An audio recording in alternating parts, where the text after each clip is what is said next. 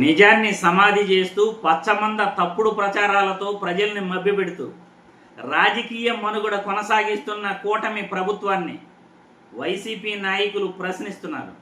ఆ video social మీడియాలో viral అవుతూ ఉంది. వైసీపీ నాయకులు కూటమి ప్రభుత్వాన్ని ఎందుకు ప్రశ్నిస్తున్నారు? నిజాన్ని సమాధి చేస్తూ తప్పుడు ప్రచారం పచ్చమంద చేస్తుందంటూ ఎందుకు ఆరోపిస్తున్నారు? ఒక్కసారి ఈ వీడియో చూసిన తర్వాత మళ్ళీ మనం చర్చించుకుందాం. ఎఫ్ఐఆర్ కూడా నమోదు కాకముందే అది హత్యని తెలుగుదేశం పార్టీ నాయకులు, బీజేపీ పార్టీ నాయకుడు, అదే విధంగా జనసేనకు సంబంధించినటువంటి అవునో కాదో తెలియని నాయకుడు మీడియా ముందుకొచ్చి ఇది హత్య, ఇది హత్య, ఇది హత్య అని చెప్పి వైఎస్ఆర్ కాంగ్రెస్ పార్టీ మీద, వైఎస్ఆర్ కాంగ్రెస్ పార్టీ ముఖ్య నాయకుల మీద తీవ్రమైనటువంటి ఆరోపణలు చేయడం జరిగింది. అది కనుక హత్య అయి ఉంటే, ఎవరైనా ఉద్దేశపూర్వకంగా చేసి కనుక ఉంటే, మరి ఆయన ఫస్ట్ ఏసీ బోగీలో ఉన్నారు కదా, ఆ బోగీలో ఎక్కడైనా రక్తపు మరకలు ఉన్నాయా? ఆ బోగీలో ఇతర ప్రయాణికులు ఎవరు లేరా? అక్కడ కనుక గొడవ జరిగి ఒక వ్యక్తిని చంపేయటంతో అంత ఘోరంగానే జరిగి ఉంటే అది అందరు ప్రయాణికులకి తెలిసేటువంటి విషయం కాదా? తనను చంపడానికి ప్రయత్నిస్తున్నప్పుడు తనను రక్షించుకునేటువంటి ప్రయత్నంలో భాగంగా ఒక పోలీస్ సెల్ఫ్ డిఫెన్స్ చేసుకోలేడా?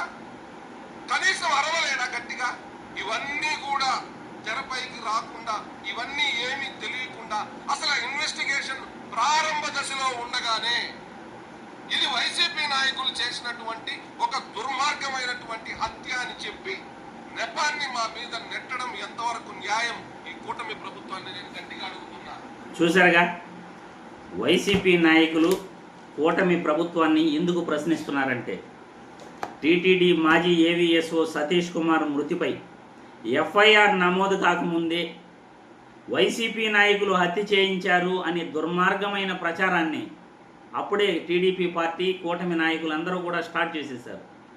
నిన్నటి నుండి కూడా మేము వీడియోలు చూస్తున్నాం, చాలా వీడియోలు. జనసేన పార్టీ నాయకుడు, బీజేపీ నాయకుడు, తెలుగుదేశం పార్టీ నాయకులు అందరూ కూడా మూకుమ్ముడిగా ఈ హత్యను ఎలాగైనా వైసీపీ నాయకుల అకౌంట్లో వేసేసేయాలి, ఎలాగైనా వైసీపీ నాయకులే ఈ హత్య చేయించారు అని మనం రుజువు చేయాలి, ప్రజల్లో బలంగా తీసుకెళ్ళాలి అని చాలా బలంగా ప్రయత్నిస్తున్నారు. రాష్ట్రంలో ఇది ప్రజలకి అలవాటైపోయింది. రాష్ట్రంలో ఎవరు చనిపోయినా టీడీపీ నాయకులు, చంద్రబాబు నాయుడు, చంద్రబాబు అనుకూల మీడియా ఆ మరణాన్ని వైసీపీ నాయకుల అకౌంట్లో వేసేందుకు తీవ్రంగా ప్రయత్నిస్తారు, బలంగా తీసుకెళ్ళిపోతారు ప్రజల్లోకి. ఉదాహరణకు రాజశేఖర్ రెడ్డి మరణం సంభవించినప్పుడు అక్కడ సంతకాల సేకరణ కాంగ్రెస్ ఎమ్మెల్యేలు చేస్తే జగన్మోహన్ రెడ్డికి ఏ సంబంధం లేకపోయినా జగన్మోహన్ రెడ్డి అధికార దాహంతో కాంగ్రెస్ ఎమ్మెల్యేల చేత రక్తంతో ఆయన సంతకాలు సేకరించాడు అని దుర్మార్గమైన ప్రచారాన్ని, తప్పుడు ప్రచారాన్ని తనకు అనుకూల మీడియా ఉంది కదా అని తన మీడియా చేత ప్రజల్లోకి బలంగా తీసుకెళ్లాడు చంద్రబాబు నాయుడు గారు. ఆ తర్వాత విమానాశ్రయంలో జగన్మోహన్ రెడ్డిపై హత్యా ప్రయత్నం చేస్తే అధికారంలో ఉన్నది కేంద్రంలోనూ రాష్ట్రంలోనూ ఎన్డీఏ కూటమి. అప్పుడు కూడా విమానాశ్రయంలోకి ఒక కోడి కత్తి ఎలా వస్తుంది అని ఎంక్వైరీ చేయకుండా దాన్ని కూడా జగన్మోహన్ రెడ్డి తానే చేసుకున్నాడని దుర్మార్గమైన తప్పుడు ప్రచారాన్ని ప్రజల్లోకి బలంగా తీసుకెళ్లారు. ఆ తర్వాత వైఎస్ వివేకానందరెడ్డి హత్య జరిగినప్పుడు టీడీపీ పార్టీనే అధికారంలో ఉంది. చనిపోయినప్పుడు అది గుండెపోటు అని చెప్పారు. ప్రతిపక్షంలోకి రాగానే జగన్మోహన్ రెడ్డి, అవినాష్ రెడ్డి బాబాయిని చంపించారు, బాబాయి గొడ్డలి పోటు అంటూ ప్రజల్లో తప్పుడు ప్రచారాన్ని బలంగా తీసుకెళ్లారు. ఇలా తప్పుడు ప్రచారాలు చేస్తూ పబ్బం గడుపుకోవడం, రాజకీయ మనుగడ కొనసాగించడం తెలుగుదేశం పార్టీకి, చంద్రబాబుకు అలవాటు. ఇది తన అనుకూల మీడియా చేత రాష్ట్రంలో ఉన్నది ఈనాడు, ఆంధ్రజ్యోతి పత్రికలను అడ్డం పెట్టుకుని, ఏబిఎన్ ఆంధ్రజ్యోతి, ఈనాడు, టీవీ5, మహాన్యూస్ న్యూస్ ఛానల్స్ను అడ్డం పెట్టుకుని, తన సోషల్ మీడియాను అడ్డం పెట్టుకుని ప్రతిరోజు కూడా వైసీపీ నాయకులపై తప్పుడు ప్రచారాలు చేస్తుంటారు. రాష్ట్రంలో ఏ వ్యక్తి చనిపోయినా కానీ అది వైసీపీ నాయకులే చేశారు అని దుర్మార్గమైన తప్పుడు ప్రచారం చేస్తారు.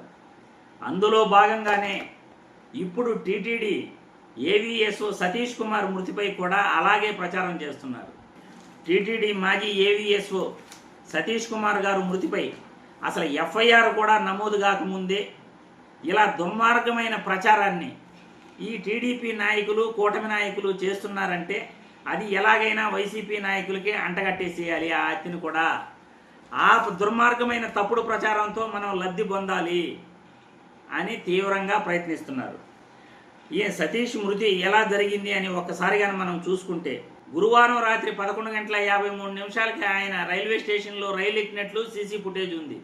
ఆ తర్వాత ఆయన రైలు డోర్ నుండి కింద పడిపోయి అక్కడ దొల్లుకుంటూ వెళ్ళి రాయి తలకి తగిలింది అని అంటున్నారు.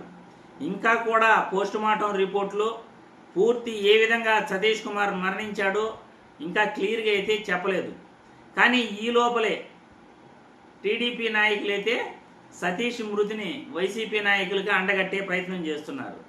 అసలు పోలీస్ ఎంక్వైరీ పూర్తి కాకముందు, పోస్టుమార్టం రిపోర్ట్లో కూడా స్పష్టంగా ఇంకా చెప్పకముందే టీడీపీ నాయకులు మరో తప్పుడు ప్రచారానికి తెరలేపారు అని అయితే ఈ వీడియో ద్వారా నేను క్లియర్గా చెప్తున్నాను. రాష్ట్రంలో ఎవరు చనిపోయినా అది వైసీపీ అకౌంట్లో వేసేయటం చంద్రబాబు నాయుడికి, వాళ్ళ అనుకూల మీడియాకు అది అలవాటైపోయింది. ఇప్పటి వరకు జగన్మోహన్ రెడ్డిపై, రాజశేఖర రెడ్డి మరణానికి సంబంధించి సంతకాల సేకరణపై కానీ, విమానాశ్రమంలో కోడికత్తితో దాడి జరిగిన దానిపైన కానీ, వైఎస్ వివేకానంద రెడ్డి హత్యపై కానీ ఎటువంటి ఆనవాళ్ళు కానీ ఏమీ కానీ జగన్మోహన్ రెడ్డికి వైసీపీ నాయకులకి సంబంధం లేకపోయినా, ఎటువంటి ఆధారాలు లేకపోయినా తప్పుడు ప్రచారాలు చేయటం మనం చూసాం. అదేవిధంగా ఇప్పుడు టీటీడీ మాజీ ఏవీఎస్ఓ సతీష్ కుమార్ మృతిపై కూడా ముందుగా తప్పుడు ప్రచారం చేసేసి బలంగా ప్రజల్లోకి తీసుకెళ్ళిపోతున్నారు. ఇది కూడా గతంలో లాగానే టీడీపీ నాయకులు, వాళ్ళ ఎల్లో మీడియా పచ్చమంద చేసే తప్పుడు ప్రచారాల్లో ఒక భాగమేనని నా విశ్లేషణ ద్వారా ప్రజలందరికీ కూడా స్పష్టం చేస్తున్నాను.